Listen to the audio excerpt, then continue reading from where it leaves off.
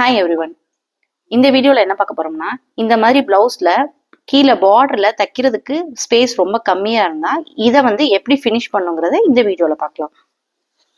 அதுக்கு first பிளவுஸோட wrong side எடுத்துக்கணும். Wrong side நம்மளோட லைனிங்கை வச்சு ஃபர்ஸ்ட் ரஃபா ஒரு ஸ்டிச் போட்டுக்கணும்.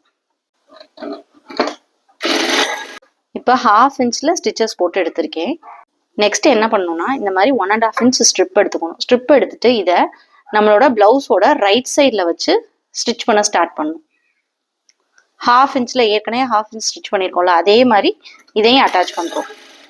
அப்போ இந்த மாதிரி ஸ்டிச் பண்ணிட்டு இதை ஓப்பன் பண்ணிங்கன்னா லைனிங் அண்ட் மெயின் ஃபேப்ரிக் தனித்தனியாக பிரிஞ்சிடும். நெக்ஸ்ட் நம்ம கொடுத்துருக்க இந்த 1.5 ஸ்ட்ரிப்பை கரெக்டாக இங்கே இந்த ரா எஜஸ் கவர் ஆகிற மாதிரி இப்படி ஃபோல்ட் பண்ணி லைனிங் மேலே மட்டும் இந்த கிளாத் வர மாதிரி வச்சு ஸ்டிச் பண்ணணும். இப்போ பார்த்தீங்கன்னா இந்த ரா எஜ் நீட்டாக ஃபினிஷ் ஆகிடும். பேக்லையும் நமக்கு எந்த ஸ்டிச்சஸும் தெரியாது, நல்லாயிருக்கும். இதை ட்ரை பண்ணி பாருங்கள். Keep supporting me. தேங்க்யூ.